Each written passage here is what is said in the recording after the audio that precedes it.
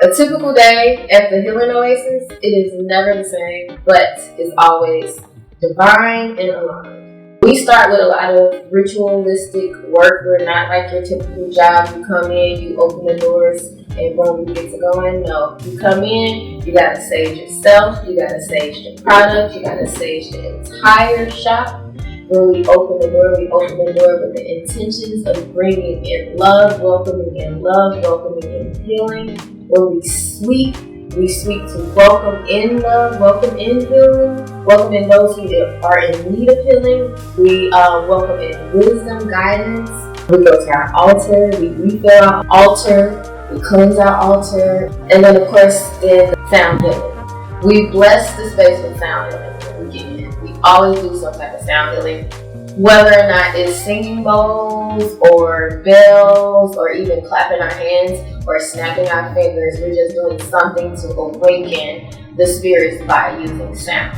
And from there, that's when we welcome in our customers. And when they come in, we always welcome and greet them with a smile. We always are here to listen to them and hear them out without judgment. So it's a completely judge-free zone here. We all have been through some things, and we're not here to judge. We're here to help guide and listen. A couple of different things inspired me to create the Love Goddess Healing Oasis. But most importantly, what inspired me was on my spiritual journey, I noticed that there was not a lot of black and brown spiritual shops or communities that I can go to and talk to. And after coming back home to my hometown, St. Louis, and noticing that we are really lacking not even just a black or brown metaphysical shop, but even black and brown people in metaphysical shops. So I was like, hey, let me open it and see what happens, and it flourished.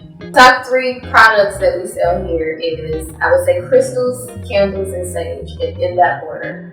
So crystals, all kinds of crystals, but I would say our number one crystal that we sell has been selenite. A lot of people are into selenite. It's a good purification stone and a cleansing stone. And then a lot of people buy candles, not just our ritual candles or our 7-day candles, but we partner with an amazing vendor by the name of Lit by Creation, and she makes these amazing meditation candles. And those are one of our top sellers here. And then of course we have our sage. And we have so many different types of sage: white sage, blue sage, dragon blood sage. You name it, we got it. You name it, we got it. The benefits of crystals are amplifying energy. Everybody has their own definition of crystals, but how I use crystals is to attune to the vibrations and the frequencies of the crystals. So everything has a vibration, everything has a frequency, and certain crystals have a certain vibration, and by working with crystals you can attune to those vibrations.